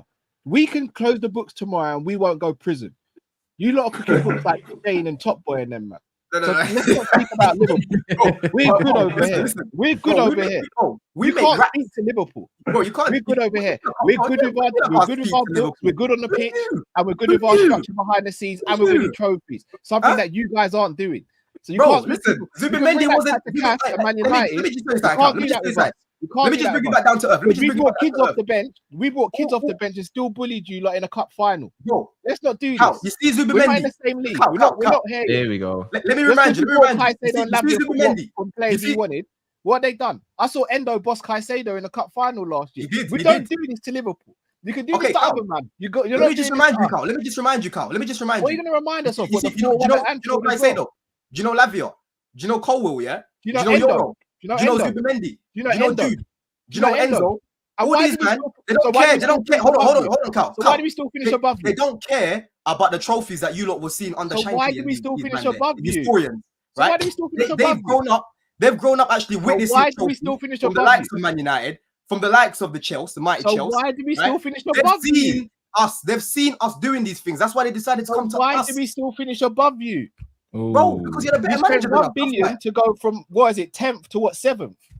Whoopty do, that's phenomenal. Enjoy your final year of having the amount of money that Roman spent, the amount of money Bowley spent, you still got the same amount of Champions League since 2005. Whoopty do. Chelsea Yeah, are a bro, dead outfit. I've seen two You're of a those. dead I've outfit. seen two of those. You're that I'm ugly proud. guy I'm just with buys designer clothes. That's what Chelsea are. What are we? You're an ugly guy that just buys designer clothes and buys bottles. No one really cares. No one really cares. What we are, we're armed robbers. You know what I'm trying to say? We You're robbed not even Caicedo off armed of though. you. You're just We robbing robbed people. Caicedo You off don't of care you, to be yeah, and he robbed. told you You're no a dead thanks. outfit. No You thanks. cannot speak to Liverpool when it comes to You know this what I'm trying to say? football. I can thing. You speak to can't. Liverpool, bro. We've got because heritage, we've got history, we've got present, we've got structure, we've got everything in place. Yeah, Our stadium craps all over yours as well. FSG You as your still ain't built owners, your brother. You think stadium. you're What's going going on with the anywhere, bro? ground? What's going on with Stamford Bridge? What's Bro, going on with enjoy this last year, man. Enjoy this last year of these man What's that you've going got, on these with Stamford Galacticos that Bridge? you've got. Because after What's next going year, on with they're Stamford gone. Bridge? Can They're you gone. extend? Can you extend? You know what I'm saying? This is your last year. Extend? You know, Can you I'm seeing extend? Trent. I'm seeing Trent Can now you arguing with extend his the elders. stadium? Why is Can you Trent extend? arguing with his elders? Why is Trent arguing with his elders? Where's Reece? Why is Trent arguing with his elders? Reece can't even argue at the moment. He's Bro, just Reece got to is stay having quiet in the his sauna. Reece is basement. having his sauna. We've got Gusto. Who have you got? Bradley. You've got Gusto's Bradley. been You crap. Bradley cannot be on talking EastEnders, about bro. squad The depth last to 2 games, Liverpool. Gusto's You got been Bradley crap, man. running about at right back, And bro. Allow Trent it. craps on every single one Wait, of hold your on, hold on, fullbacks Cal, hold on, and Cal, has Cal. been. Bro, Cal, Trent hold was on, Cal, pissed Cal. off because he got Wait, taken hold off on, the other Cal. day. Trent's thinking about playing with Wait, Jude and wait, wait, wait, Valverde wait, and wait. these man Virgil there, van bro. Dijk. Cal. Who's talking to Virgil? You know what I'm The saying? reason He's Bradley playing has with a Real name Madrid and is playing some because of real what Who's your ballers. Bro. goalkeeper? Wait, Who's your Don, you know you man goalkeeper? birthed Only Bradley, Sanchez innit? I Real recognise bad is the man. He's trying to reggae go to artist. Ancelotti not to play Wolves and Fisk, man. We Wait, don't Don, recognise you your know, wait, Sancho, Don, you know bro. the We don't reason you man recognise birthed your Bradley, boy. innit? You You know man what I'm trying gave to say? Bradley a name. How You many know games that, is Chiesa going to play, bro? Didn't How many Bradley games is score Chiesa going against to play, you lot? once? How many is he going Didn't to play? Bradley How many is he score going to against play? you lot? Right. Man needs some Didn't Bradley ointment. He score needs some against you ointment lot? like Crooks, man. You know They what I'm gave trying to say? Brandon How Williams an score M2 against month. you? So many No, games is but Chiesa bro, going to play, bro, I Carl? just think that's cheeky though, cause that's cheeky. how many games is Neto Bradley, gonna play? Chelsea gave Connor Bradley a name. So how the hell can you talk No, about of Bradley? course he's No, going to no, play. no, It doesn't answer mean the that he's question. not. How many Doesn't games mean is that he's Neto not gonna Bradley play? Branning anymore. Doesn't How mean many that. games is Neto gonna play? You want to do the injury stuff? How many I games don't know is how many Neto he's going to and play. Reece James But gonna we've play? got a lot of options. I don't know how many he's going to play, bro.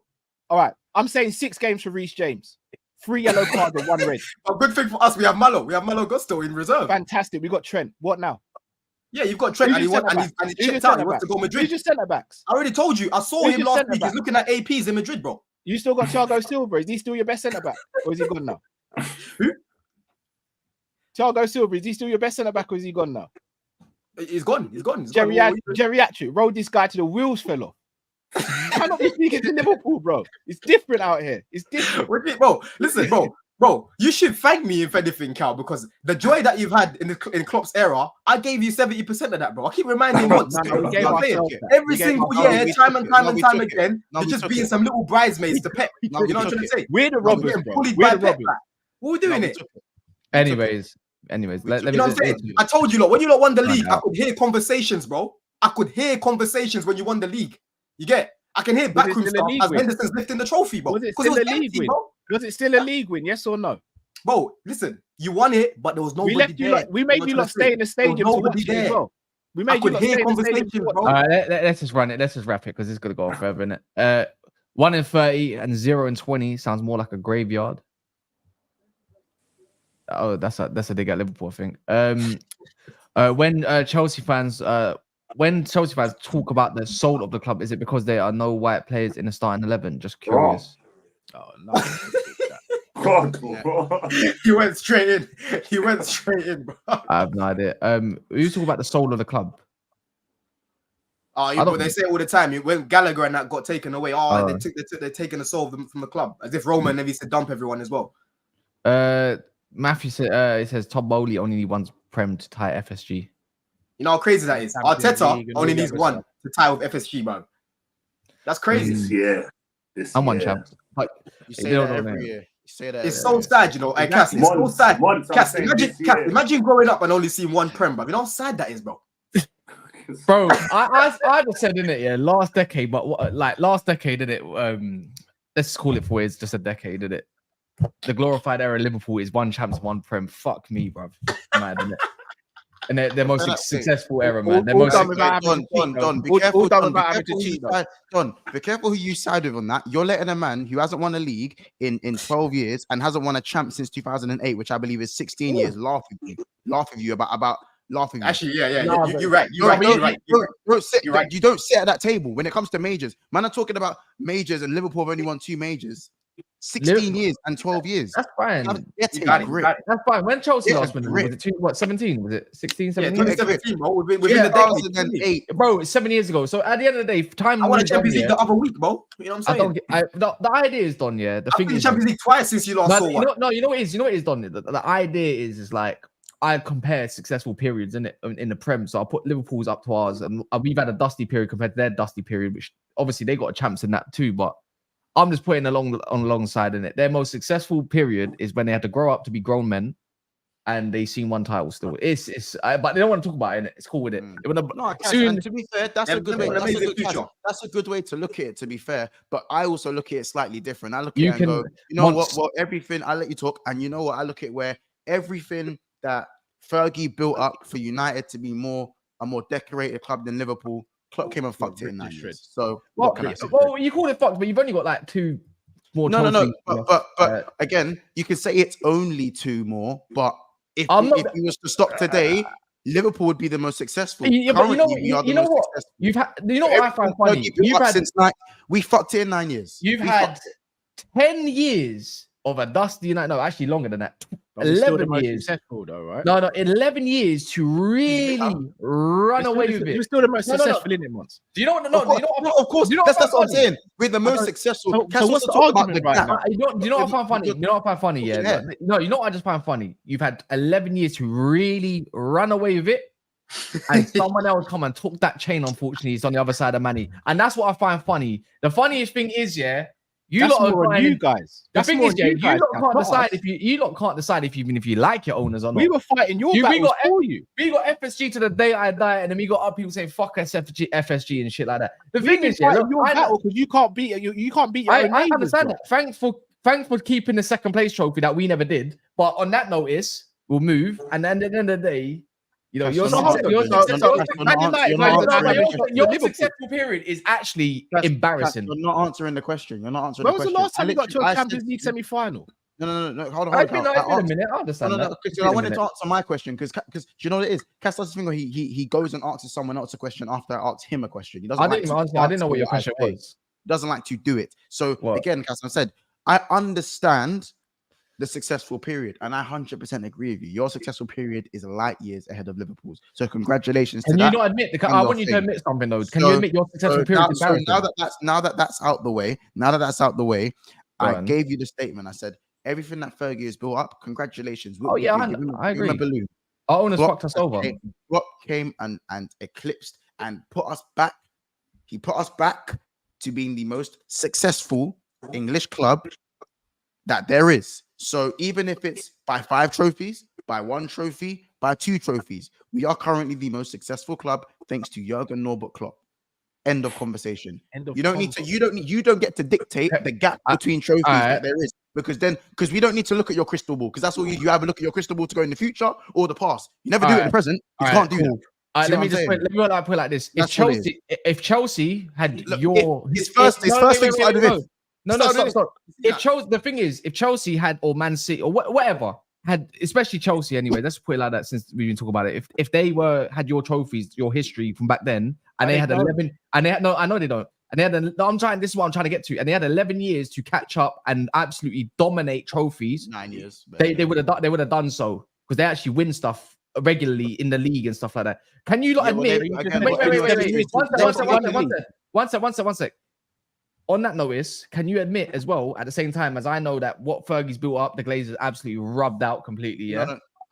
They did. They destroyed a great institution. No, because I feel like if you have better owners, you do better recruitment, you do better everything. I think that's quite evident. I don't think that needs to be disputed. Can you admit that your 10 years of a revival under Klopp is actually overall an embarrassment and not much better than Leicester City? It's not an embarrassment. There's no point. Can you admit? Yeah. No, can you admit? It's not that much better than Leicester City. Do you know what? It's embarrassing that someone put us back to being the most successful club in England. Stop deflecting. Can you admit? Yes or not? Can you? He went back to historian settings, adding to the history. You know what I'm trying to say? Which is fine. Which is fine. But that's exactly why you get rejected left, right, and center. No one cares about them historians, bro. No one cares about. You keep saying we get rejected, but people only go to you lot for money. You think anyone even cares about Chelsea? Chelsea, bro. That's How how many wages have gone down, bro? Money Our wages have gone down, Cal. That's Our how. wages That's have how. gone down, mate. But that's how football works. Even though Real Madrid are great and decorating everything, people also go there for the money. That's Yeah, how you think sports work Trump- in today's age. No. You think people don't go Liverpool for the money? How do you You think? think How do people you, go for how do money you think as well? clubs get to where they want to be? They have to pay over the odds to need to be where they be. Now, What, Man for City 20 paid odd over the odds. years? For A lot of 20 odd players. years. They ain't built How up a about- little how about this? foundation where More people players want to look pay at for our portfolio. Chelsea. Look at our Now- portfolio. Our I portfolio. know you did that. Now- I do now- you try now- to now- see you know- on we're your not eye, comparing Cass, you're Real Madrid to smart. Chelsea. Wait, Cass, you're smart. You try to And you see know up. the funny You thing try is, to It's yeah, see what us of greatness, over this, Cal. Greatness. Hold on, I'm just gonna say, hold on. hold on one second, because I'm gonna say this: more players would prefer to go to Manchester City than Liverpool. They're more of an attractive club than you, even though you're the most successful, and they're way back. Again, and Yeah, but no, this you is what you're can't doing. take You're Man turning, but City. again, I'm not Cass, even saying money. They're to spend money to get there. Now they're there. you're turning it. Cass, you're turning it into a dick measuring contest because that again. And No, because you still ain't answered my question. I need you to answer my question. How many times Yeah, do I but have answer to my question. It's all right, hold man. on. How many Answer my times do I have to question. keep saying this to Man United fans? How many times do I have to keep saying Answer this? my to Cass? question. When your backs are against the wall, you turn it into who's attractive, who's leng, who's got the biggest back, and who's a player rather than a go. That's how we move You have in life, attractive big girl, players. innit? Manchester United will always attract the best players. So why can't the no most matter successful what. club in No, England not? now, hold on. You will always attract the best players. We got But show. even though you've attracted the best players over the last 14, 15 years, there are still no majors. There are still no majors, and you're attracting the best players. What does that say about your institution? I can admit that. I What can does admit it that. say? What No, is I Kim can- Kardashian? You're the Kim Kardashian I of can- football, bro. You're the Kim I can- Kardashian of I can- football. That's nice. I can You're admit that. driving Rihanna around in That a was fucking funny. Ford. That was funny. But You're I driving can, Rihanna around in a Ford. I can admit that. I can Stupid. admit United ain't The been in the old best place. model. But The but old the thing model. is, you still ain't answered my question. The 53 plate, man. So wait. Play. I know exactly what you're So talking about. Free door as well. It's a free Hold door. on.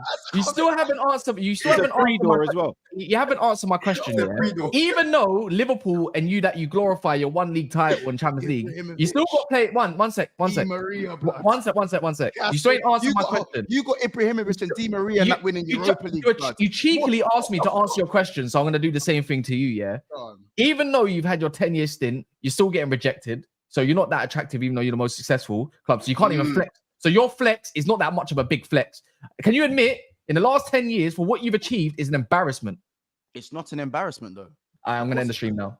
Okay, it's Hey, not this an guy on embarrassment. the Sanderson Show, big up. Make sure you subscribe to everyone. Big up I said Arsenal it's an Champions embarrassment. League, This is man. you can go and subscribe to Arsenal everyone in their name tags. In their name tags, Okay. you can find their show and their podcast names. But this is going to go over to Cal's channel, so do go over there. He's going to be talking MMA specifically. I know Rance is going to be going live, but if you like MMA, then go to Callum's channel, man, as well. It's going to go there regardless. You've got no choice. So, Oh yeah, anyway. there's a link in the description below, obviously. To They said they're saying it's a help. It's a huh? I can't lie. They're saying that Matt was quiet because Europe talk. He can't get I involved. done. He can't get involved. I couldn't say that.